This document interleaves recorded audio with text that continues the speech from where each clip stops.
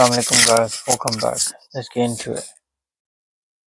Do you hate Israel blindly that you can't address the facts? Or I what is hate what the current Israeli government, not just the current Israeli government, what the Israeli government over the last several decades has done in lying to Americans and the American government in order to get us to fight their wars for them. Let me ask you something. Are you a defender of Iran? Is that who you are? No, I'm not a defender of Iran. I'm a defender of the United States of America and our soldiers. Sounds like you're defending and our Iran, soldiers. Anna. You know what? I think Israel needs to fight its own wars. Why do they keep pulling the United States into their wars? America is not it's on unacceptable. the ground in Israel. Here's the problem. Iran played by the rules. And they got fucked anyway.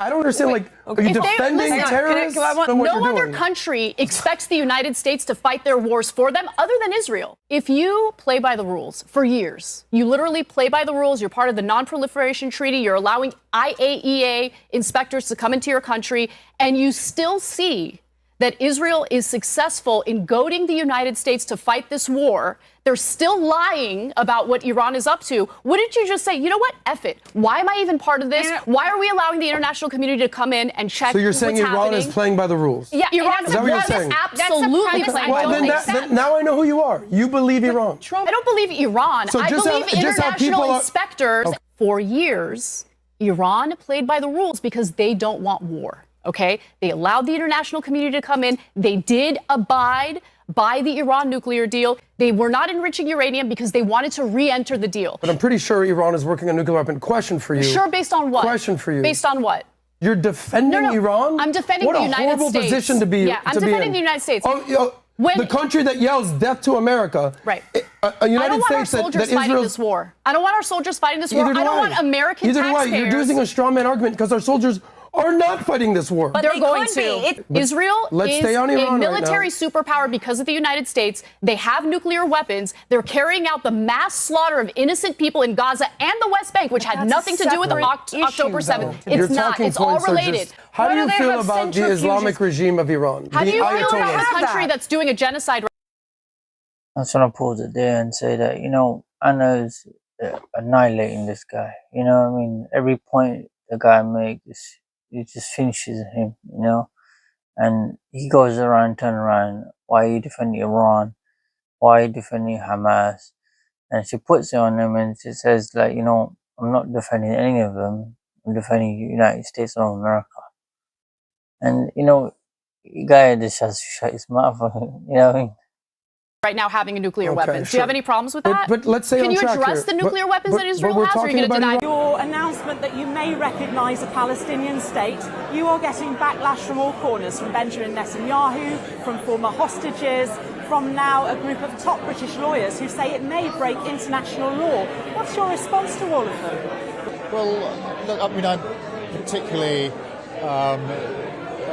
listened to the hostage Emily Dwari, who I have spoken to. I've met her mother a number of times, and they've been through the most awful experience for Emily and for her mother, and that's why I've been absolutely clear and steadfast that we must have the remaining hostages released. That's been our position throughout, and I absolutely understand the unimaginable horror that Emily went through. Alongside that, we do need to do everything we can to alleviate the humanitarian catastrophe in Gaza, where we are seeing, children and babies starving for want of aid which could be delivered. And that is why I've said that unless things materially change on the ground, and we'll have to assess this in September, we will recognise Palestine before the United Nations General Assembly. I don't have any confidence in Keir Starmer. I just want Jeremy Corbyn, his party, to come along and see any changes they're going to do. He doesn't even know what he's saying half the time. You can even see in the start of the interview, he's started to struggle a bit when it comes to international law and that. But a lot of people already, countries saying they want a Palestinian state.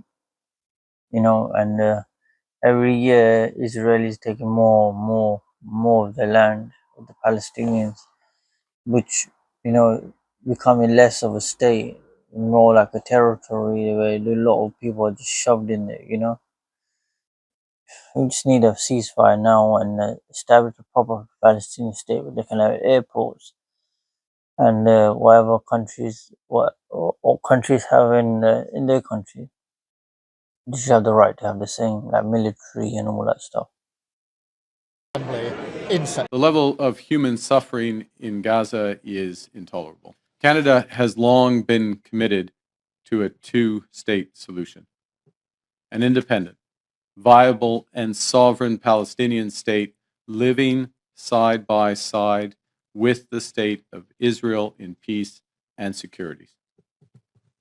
For decades, it was hoped that this outcome would be achieved as part of a peace process built around a negotiated settlement between the Israeli government and the Palestinian Authority. Regrettably, this approach is no longer tenable. For the reasons I cited earlier, Canada intends to recognize the State of Palestine at the 80th session of the United Nations General Assembly in September 2025. This intention is predicated on the Palestinian Authority's commitment to much-needed reforms, including commitments by the Palestinian Authority's President Abbas to fundamentally reform its governance, to hold general elections in 2026 in which Hamas can play no part, and to demilitarize the Palestinian state. Canada will increase its efforts in supporting strong democratic governance in Palestine and the contributions. Canada obviously feels a lot of pressure from these people because of France. They're the ones who first started it. They want to seize they want a Palestinian state, and the next follower it was UK, then obviously Canada. They're like the three tripods, you could say. They don't have each leg to stand on. They have to rely on each other. Of its people to a more peaceful and hopeful future.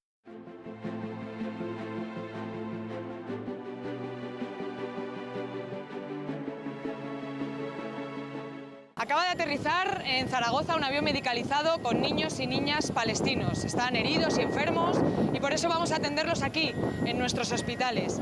Y lo hacemos porque el sistema sanitario en Gaza está colapsado. Los hospitales deberían ser refugios seguros, pero han sido bombardeados. Ya no queda casi ninguno funcionando. No tienen acceso a lo más básico, a medicamentos, alimentación y atención urgente.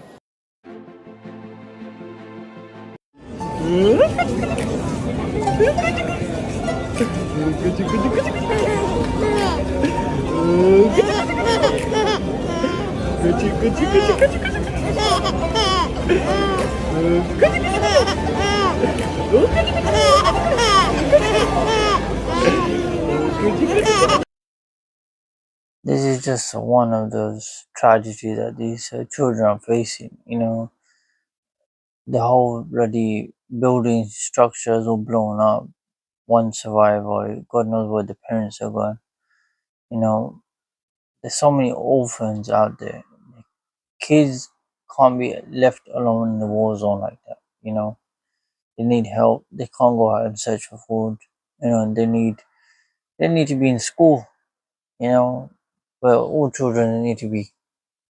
But yeah, look at them struggling to get food, walking God knows how many kilometers just to go to get aid. It's not fair. Any child, it doesn't matter if Palestinian, Jew, any child, period. It's just sad to see this like one after another. Every day, even this when I'm doing this video, someone's dying in Gaza.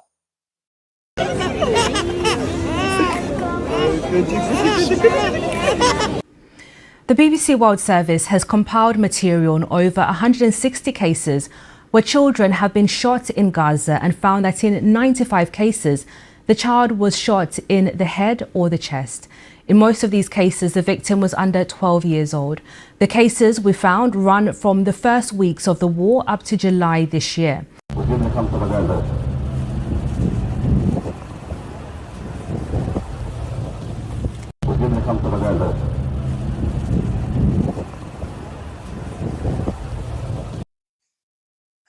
Alright guys, you see the last clips at the end of the video, you know, the war crime right there. I'm just, you know, you guys know this by now, you know. that one genocide after another. You know, we know even the Jewish people who say this, the Orthodox Jews, they said there shouldn't be any Israel. Israel doesn't exist. That's Orthodox Jews saying it, not me. And I'm sure a lot of people feel the same way. Anyways, if you're new to the channel, please like, share, and subscribe. Assalamu alaikum.